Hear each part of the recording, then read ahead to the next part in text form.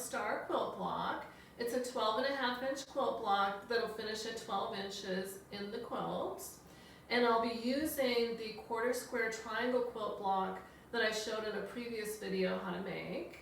So let's get started and I'll show you how to make the block. The block is basically a 9 patch. That means there's 9 patches that you will sew together.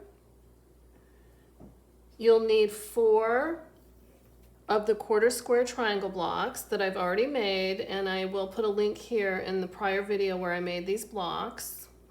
You'll also need a dark colored patch at 4.5 inches square for your center, and then you'll need 4 light colored patches also at 4.5 inches square. I have the patches arranged in the order that forms the star block. And I'll just point out that these quarter square triangles, this is going in one direction on the top and the bottom, and then they're placed in the opposite direction on the sides. And the first thing I'll do is I will flip over each of these and give them a pin. And this is showing where I want to begin my sewing.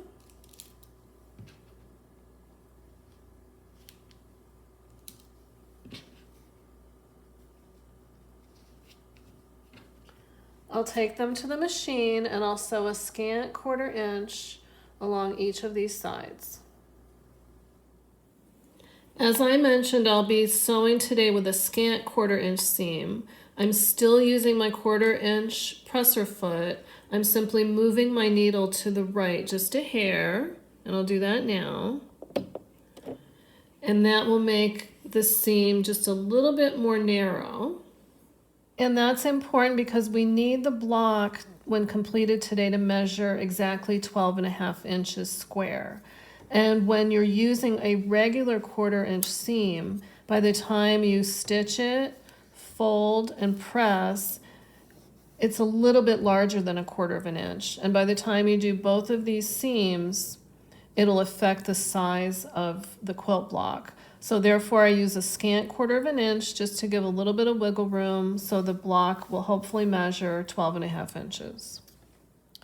Now I'll do a more accurate pinning, making sure to line up my edges at the beginning and at the end.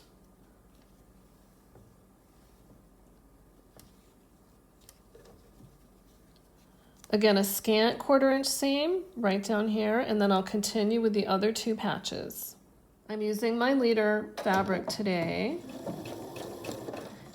and you can see my presser foot hovers a little bit off, so at that point I'm going to push my patches underneath the presser foot, and that helps to keep the patches lined up.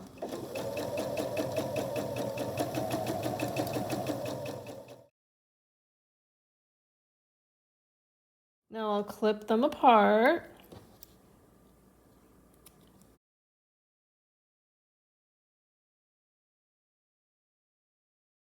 Again, be sewing a scant 1/4 inch seam right along these edges here. So I'll flip that around and do a second pin, and I'll line it up exactly at the machine. I just wanted to show you how I do need to flip these around because of the way they were oriented on the table.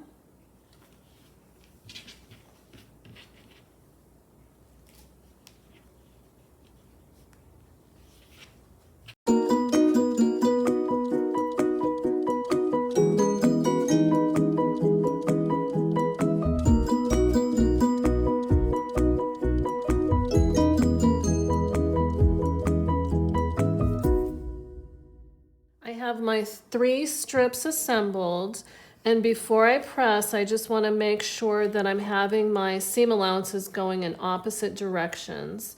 So for example, I'll be pressing toward the dark here, and I'll do that on each side of this dark patch. So then I'll take this to the iron and make sure I'm pressing this seam into the left or to the opposite direction. So again, this is going to the left, This one I want going to the right. And that'll facilitate matching up those seams. I'll repeat that with my top strip, making sure my seam allowances are going in opposite directions. I'll take it to the iron now and give those seams a press. I'll start with my strip that has the dark patch in the center. I'll set my seam and press toward the dark. Flip it around. Set the seam. Press toward the dark. And I'll continue with my other two strips, making sure my seams are going in the opposite directions. My rows are nicely pressed. Now I'll sew the rows together. I'll flip my top row onto this middle row. And the important part here is matching up these seams. So instead of pins today, I'm going to use some fabric glue. And I'll put a little dab on each side of the seam. It doesn't take much, and this washes out as well. I'll nestle those seams together. And then I just hold it with my fingertips pretty firmly. And then I'll repeat that on this seam.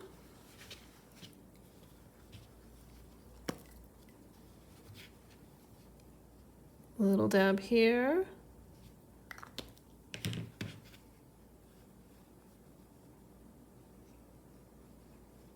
And you can use pins as well. I've just been using this fabric glue lately. It seems to have a little bit more accuracy. I will use pins on each end.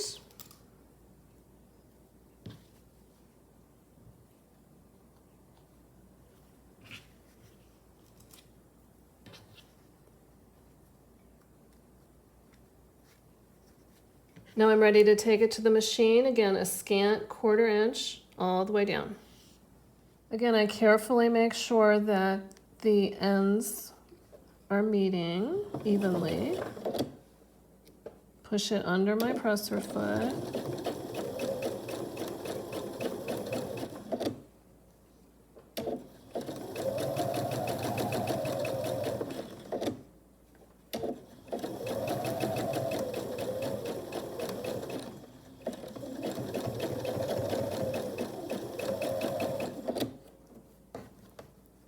Keep it lined up.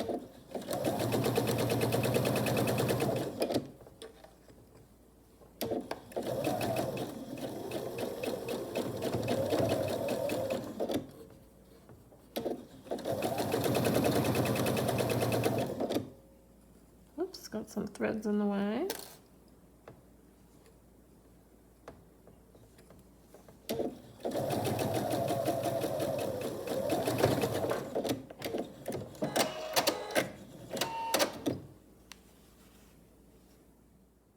I'll clip off my leader fabric and I'll take it over to the pressing area and give it a press.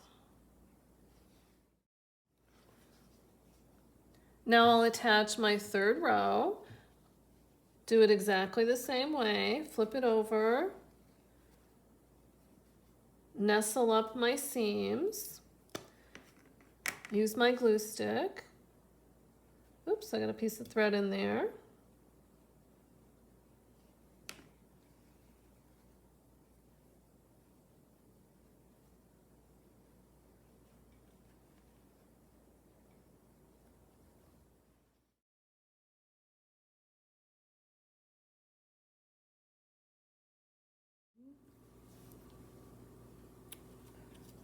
Clip off my leader fabric.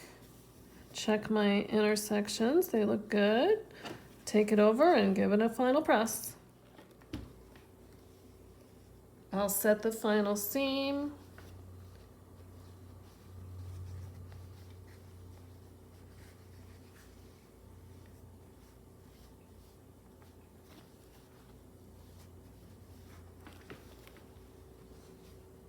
Now I'll measure the block. This is a square up ruler from Quilt in a Day. It measures exactly 12.5 inches square. So we'll see how we did on the block. It looks just exactly right. I don't even have to do any trimming. Now if I would have used my regular 1/4 inch stitch without the scant, it would have been a little bit too small. So this worked out just beautifully. There you have it, the Ohio Star Quilt Block. It's a really pretty block and very versatile. I hope you give it a try. Thank you for watching, and I'll see you next time.